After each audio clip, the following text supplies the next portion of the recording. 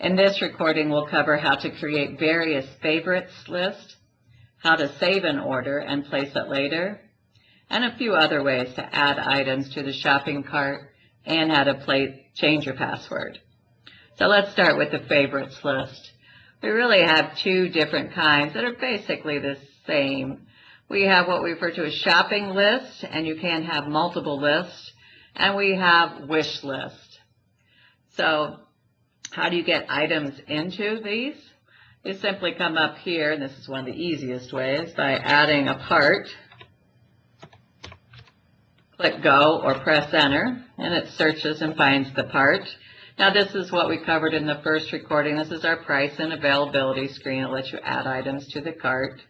But if you click on the hyperlink of the part number, it takes you to an additional information screen, which gives you the option to click on the wish list or add items to a shopping list that's already out here, or even create a new shopping list. So if I was you, I'd kind of look at the angle of how do I want to group my parts. Maybe I want to put engine parts on one list, Allison parts on another, brakes, fluids. So again, however your brain thinks, it makes it easier. Or maybe those parts that you don't remember what those part numbers are all the time. So again, the option is yours. So I'll go ahead and create a new shopping list here. Again, you can call it whatever you want to. And you have the option to fill in a description there as well. And there's our list. So how do you get from the list to the shopping cart? You click on it, fill in however many items that you want, and again, if you had multiple items, you would fill all your quantities in and then add to the cart. All right, so the wish list is the same as far as adding items. You can just fill in your quantities and add to the cart or pick here. How do you remove items? You check the box, however many boxes on your list, and click remove. So both of these really work the same way. So let's move on to saving an order. So when you're in your checkout and you say, hey, wait, I don't want to place this right now, I've got a couple other things I want to add to it, I'm just going to save it and place it later.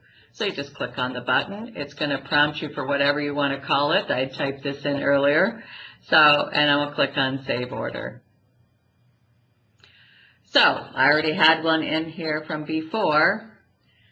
Now the key point about saved orders is it will overlay anything that you have in the shopping cart.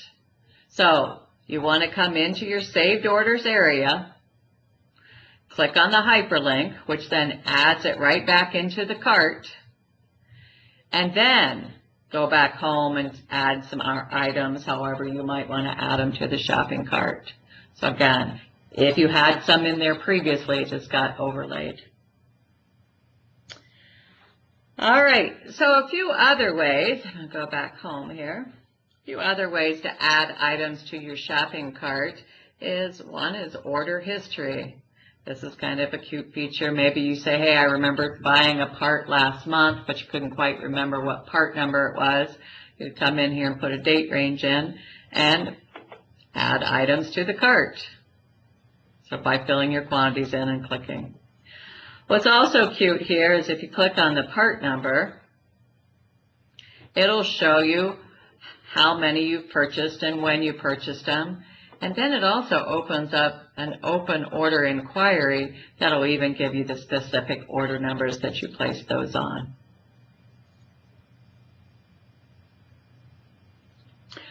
And one last way that you can add, I shouldn't say last way, there's probably a few others, add items to the cart is through our specials. So be sure to check those out and add accordingly. And the last thing to cover on this recording is how do you change your password? And that's up here under Edit Account. So it's going to give you the option to change your password by entering your current one and entering your new one password twice. It also allows you to set your question.